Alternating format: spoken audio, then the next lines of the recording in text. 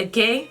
Don't follow bad money moves. That's millions and millions to purchase a penthouse in London, and you're not at that level yet. All you have to do is throw a Benz or a Lamborghini or some flashy car into the contract, and the nigga won't read it. They'll just take the key and go. I'm just thankful that I have people around me that would have slapped the idea out of my mind. You can threaten them with legal action. Just because you owe them money doesn't mean that they need to make your life miserable. Hi guys, welcome back to Just Doing Me. I am Mimi and I'm coming to you guys today barefaced. Today I'm actually getting my eyebrows microbladed. Like, y'all know the struggle for eyebrows is real. Like, I have never had eyebrows, but today is the day. So you're not allowed to wear makeup, so I'm coming to you guys as barefaced as I can.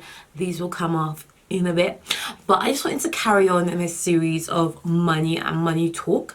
It's been a while since you guys heard from me. If you know, I'm having my property renovated. I just got my kitchen done, so it's just been manic in my house, and I'm happy to finally be back in my studio and I can film a video for you guys. So if you guys want to hear a little bit more about my money talk and my money advice, keep on watching. If this video helps you out, don't forget to share it with your sisters, your mothers, your friends, anybody that's trying to level up financially. Give them some sound advice. I got y'all. And don't forget to subscribe as well. We're looking good, we're feeling good. Stay tuned, let's go. So I want to start this video off by saying and asking you guys, would you rather rent a penthouse or buy yourself a nice, modest 1 or 2 bedroom flat? What would you rather do? Drop your comments in my comment section. Drop your answer in my comment section, because this is kind of like the issue with our generation. So there's a very big influencer in the UK. I'm not going to call anybody out, I'm not going to say her name, but I'm sure quite a few of you guys know who she is, because it did kind of cause quite an uproar when she kind of said that she just got herself a penthouse apartment in London. And those are big moves, man. Like, property in London is not cheap. And I can't remember who it was, but somebody called her out and said, no, don't believe the hype. When you say you got yourself, what you mean is that you're renting. You didn't purchase a penthouse, because you are not financially, like, that's millions and millions to purchase a penthouse in London, and you're not at that level yet. I don't know who called her out, can't remember. So she had to come back and rephrase and say that actually, yes, she was renting a penthouse. And at the time I just thought, like, I don't understand.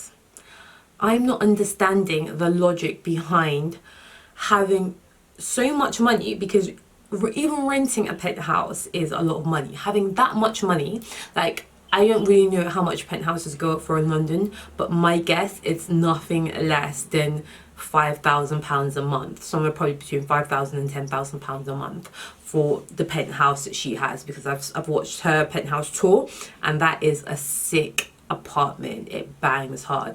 So I'd say she's paying nothing less than £5,000 to £10,000 a month for that. So I don't understand the logic. You've clearly got money. Why would you rather not buy yourself, you know, something more modest? You know, it might not be as luxurious, fabulous, but you're going to own it, than renting a penthouse where you're basically throwing your money down the drain. Because if you haven't realised it, renting is kind of throwing your money down the drain. It's often a necessary evil, because not everybody's going to be in a financial situation to purchase a property. But where you clearly have enough money that you could easily purchase something modest in London, or on the outskirts of London, if you want to get a 3-bedroom or 4-bedroom, why you would choose to put that money in towards something that's just gonna obviously perpetrate a lifestyle that, let's be honest, you can't really afford to live. Because even if you can afford to rent it, you can't afford to buy it. So it just didn't really make sense to me. I'm not judging her, I don't know her. I've bumped into her at an event once, but I don't know her. I think watched 2 of her videos in my lifetime. She seems like such a lovely girl. But it just got me thinking, be careful what influences you let influence you. because not everybody is going to be money savvy. We can't all be money savvy, that's a fact. It took me a long time to learn some of the bits that I do know now. But the thing is, if you're not money savvy, have money savvy people around you that can advise you. I just generated my first invoice ever. I've never generated an invoice before. I called up my brother because he runs his own business. I called him up and was like, bro, help me out. What do I put in here? What do I put under the tax section? How do I generate an order number? You have to seek out people around you who know the things that you don't know. And it shocked me to think that nobody around her could tell her that is a bad money move. That is just a bad money move. Like, there's just no two ways about it. If you're paying your hard-earned money to live in a place that costs that much when you could be paying into your own mortgage, you're paying into somebody else's mortgage, you could be paying into your own mortgage. Somebody, your mother, your sister, somebody should have given you better advice than that. So I'm coming here to give y'all better advice than that. Don't do it. It's stupid. It's stupid. Just to post a few pics in your penthouse on Instagram, it's a stupid move, and I'm gonna come out here and just call it as I see it. It is what it is. There's no angle you can look at that from that's gonna make sense. You know, we need to, as a community, especially the Black community, start prioritizing. I hope that's the right word. Start prioritizing. I swear I'm getting stupider and stupider every day. Wow. You need to start prioritizing ownership. You need to start prioritizing owning as opposed to consuming. As Black people, we're very good at consuming products. We're very good at buying, very good at, you know, wanting to have the latest Nikes, wanting to have the best weaves, wanting to spend our money. But what we're not really good at is owning and making money through ownership. And if you don't know by now, ownership is the best and easiest and hands down the most lucrative way of earning money. You can't even debate it. Like, go listen to Jay-Z. He will tell you owning your own shit means you literally have 5 times as much money as if you were working for somebody who owns their own shit. As Black people, you know, in the Jewish community, it's said that money will change hands between the Jewish community 10 times before it leaves that community. In the Black community, it's only once. After once that money's gone, it's gone to a white business, it's gone to a consumer, a Nike brand, it's just gone. It's gone to a jewelry shop, it's gone. You know, we don't keep our money within our community, we don't really support our own brands, but that's another topic of conversation. But also, we're very good at consuming. If I go to any Black neighborhood in London, the people that own those businesses are usually Asians. How? How is it that Asians own 80% of the Black businesses in the Black neighborhood? Not Black businesses, but the businesses that cater to the Black community in the Black neighborhood are owned by Asians. Why do we not own the shops that sell our foods to us? You know, the only things that we really own in the Black business, in Black communities, are barbershops and hair shops, because really the Asians can't really come and compete there. We know how to do our hair better than anybody else. But everything else, our butchers, our bakers, our groceries, everything in the Black community, it tends to usually be owned by other ethnic groups. And I feel like we have to get our mind together and really realize that we're missing out. Other people are capitalizing on our stupidity, and I'll call it what it is, our stupidity. You know, there used to be a running joke in the music industry: if you want to get a rapper to sign on and sign away the rights to all his music and his future money, all you have to do is throw a Benz or a Lamborghini or some flashy car into the contract, and the nigga won't read it. They'll just take the key and go. You know, we don't pay attention to the future. Rappers, you know, so many of them, you see them going broke after a few years. You know, these athletes, football stars, how many of them are bankrupt once they leave the industry they're playing in after making millions and millions and millions and millions? Because you just think money will just keep on coming. Like, you can't be stupid. You need to reinvest your money into your own business. And you can't think, oh, well, I don't have the money to invest into my own business. That's bullshit. You know, if you have a skill, if you have a talent, if you have a trade, that's your business, that's your brand. You know, if you can do eyebrows, you can do hair, you can do nails, you know, all these things that we're looking for, eyelashes, That's your own business. You start small, you start somewhere, buy the tools and kits you need. That's you investing in you, and then slowly but surely, word of mouth, you build up your portfolio. Start as a side hustle alongside the job that you're doing. There's no way that you're going to say, I'm too small to be, you know. If you're earning, let's use the football stars. As a basketball player, you're earning 10 million a year, or a football player earning 10 million a year, and you're just spending the money you're earning. When your football career is over, and it can happen anytime, like that injury, when that money is gone, you've become accustomed to a lifestyle, and you only have your income from football, so you're effed basically. Now, if you'd used that money, invested in property, bought some shares, started a business, a restaurant, anything, side hustle, you know, that avenue of income might be gone, but you're still generating income from other revenue streams that you've put into. Always have multiple revenue streams wherever you can. Like, that's something that I'm really trying to bring on now. I have my merch business, I have YouTube, I have sponsorships, I have my day job, I have my rental income, and I'm starting to earn money through sponsorships on Instagram. So by the way, you can help your sister out, help your girl out by following her on Instagram, because the more followers I have, the more brands will actually pay me to post. So I'm trying to diversify my revenue streams, and I think everybody can definitely look into doing that. But the main thing is you need to own your shit. Don't go throwing good money away. Like renting I can't get my head around it. But that's just the first thing I really wanted to get my point across. Ownership mentality, as opposed to stunting on the gram, as opposed to just throwing money away. And also downsizing is such a good point. Before I came into 2019, I was like, nope, I'm throwing money away. I need to go through all my bills and see which ones are absolutely necessary and which ones I could get rid of. I was paying a platinum membership at my gym. It was costing me £140 a month almost. I realized, why? I don't need to use a platinum membership. In summer, it's fair enough because I'm by the pool, I'm chilling in the spa.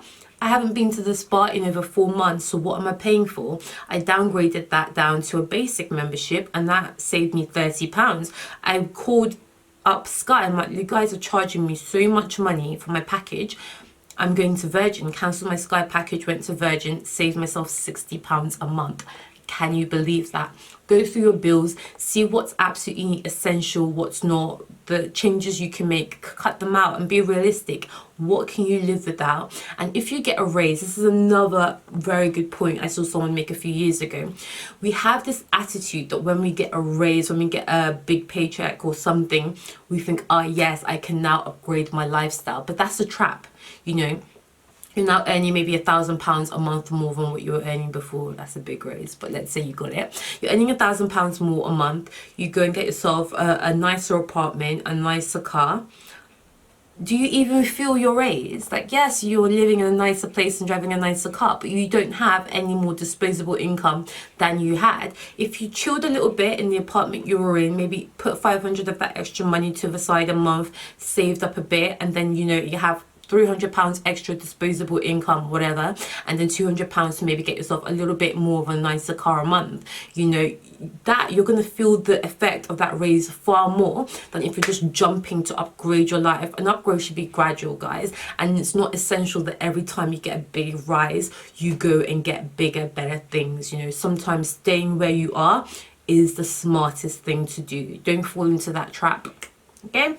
So undoubtedly, one of your biggest expenses in a month will be your property, or where you're staying, or where you're renting, you know. So look at the avenues you can explore with that to save money there. So do you have a 1-bedroom flat that you're paying for on your own? It's nice to have your own space, but you're trying to save up for a property, but moving back home is not an option. Maybe you need to consider moving in with a friend, you know, leaving your 1 bed, getting a 2-bed and sharing the cost with a friend. Maybe that's what you need to consider. Maybe you need to consider moving back home if it is an option for you. There's also a new concept called Guardianship. I'll link some information in the description box below. Maybe you need to look into that, because that will allow you to rent a room at a much cheaper rate than most other kind of like estate agents will allow you. There's different avenues that you can look at, and they usually involve downsizing in some way. You're not going to have your 1-bedroom flat and your space all to yourself. Now you're going to be sharing it with your friend, or sometimes with a stranger. but you're going to have a little bit more money a month, and maybe that's just what you need to do to save the money you're trying to save. Okay, and I want to talk about taxes as well. To some people this might not make a lot of sense, it might not even apply to you, but don't think because you work for yourself that you're not going to pay your taxes. And I feel like a lot of the influencers that we see fall into that trap, because we get money, and the means that we get the money, we don't have to declare it. We can get away with not declaring our income a lot of the times, and then you fall into the trap, which I think is what that influencer who's renting a penthouse may have done. I don't know, but it's a possibility. Even if it's not her, I think you'll see a lot of influencers are renting as opposed to buying, and that's because they're not declaring their taxes the way they should. You can pocket your thousands and thousands. Let's say you're earning 10 grand a month from sponsorships, you're pocketing it, you don't have to declare it. The government really doesn't really know how much you're earning. Why should you pay 40% tax, girl? That's what you're thinking, right? Okay, now you want to buy a property and the bank asks you what are your earnings for the last 2 years, because you're self-employed. They're going to want to see more earnings from you than they are from somebody who is actually employed by a company. What do you mean, what are my earnings? So you say, okay, well, I earn 10,000 a month, you know, from my sponsorships, whatever. You bring some proof. They say, no, we need you to provide your tax returns. That's the only proof we're going to accept of your earnings. And this is facts. You will need your tax returns as a self-employed individual or person who owns their companies to buy a property. If you've not been paying taxes for the last 2 years, girl, your ass is gonna have to rent, and that's a fact. Okay, so you think, yeah, we're cheating, we're getting away with it, we're pocketing the money, we're buying Range Rovers, we're buying penthouses.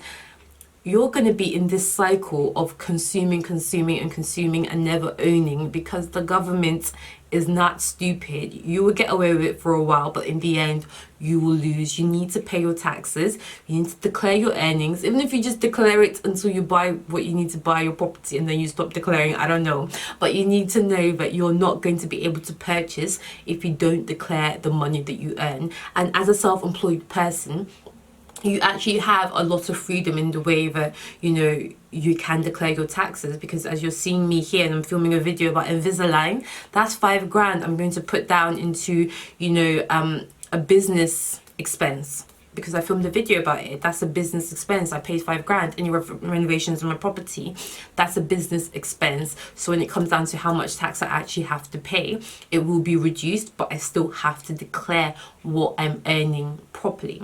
Okay, that's another thing. Be careful, you know, what you're watching, what you're seeing. It's not always as kosher as it seems. Some of these influencers aren't doing things the right way. Don't follow bad money moves, okay? Don't follow bad money moves. Okay, and something that I forgot to touch on in my last video was about debt management. We spoke on it quite briefly, but debt is something that a lot of people suffer from, and debt can cause so much stress, so much anxiety. It can lead to depression. And something that I feel like everybody needs to know is that the law is on your side, because, you know, I think the law recognizes that a lot of suicides have been brought on by, you know, the stress that all these debt collectors put on you when they're constantly calling you, showing up at your house. You know, the law is on your side. They are not allowed to harass you, and if they do, you can threaten them with legal action. Just because you owe them money doesn't mean that they need to make your life miserable. And also, the law is on your side when it comes to you paying back the money that you owe them. So as I said before, contact them about setting up a payment plan. Now, you need to work out how much you can afford, do an affordability test, write down all the things that are like necessary for you to pay every month, see what's left over, and then make a reasonable offer to them. And legally they have to accept a reasonable offer. They can't say, oh, £100 is not enough because you're worth 5 grand. No, they have to accept a reasonable offer, and what is going to make it reasonable is dependent on your circumstances. If you've lost your job, they have to take that into account. If you've got earning far less money now than you were earning 2 years ago when you signed up to whatever's causing you the debt, they have to take that into account. You've had 2 more kids, they have to take that into account. So based on what your financial situation is what's going to make that amount that you offer them reasonable. So if you're earning 2,000 a month, you have 1,000 of that free disposable after you've paid your income, but you say you can only offer to pay £100, that's not reasonable. Okay, so if they come back and push back and say no, £100, that's going to take how many years to set up and clear off, just say, look, legally I've done my bit. I'm putting it in writing for you based on an affordability test. This is all I can afford. Show them your affordability, show them what you're earning, show them your outgoings. Tell them this is what I can afford. Maybe in a few years I can pay more, you know. And if they refuse to accept that and they start threatening you to go to court, say, yeah, let's go to court. I have it in writing that I've tried to settle this. You guys wouldn't accept it. You go to court. The law is on your side. Trust me. Okay, guys, so that's me just sharing a little bit more money savvy, money management advice. If you have any questions, feel free to drop them in the description box and let me know what you think of this new age, new era idea of stunting for the gram and just, you know, living a lifestyle that, you know what, it's not necessary. It's not necessary. Why? Why do you need a penthouse? My friend, why? It makes no sense to me, okay, guys? But it is their money. If you earn your hard-earned money, you can do with it as you like. I'm not hating on anybody. Do with your money as you like. I just thankful that I have people around me that would have slapped the idea out of my mind. It would never have entered my idea ever again to even think about that. So also be careful of what, you know, influence you consume and what influences you, because don't be out here doing crazy-ish, okay? I mean, we're just doing me. We are looking good. We're feeling good. Catch you guys soon. Besos. Shining, they don't wanna see you shining. Bright like a diamond. You're the hater when they see a nigga styling.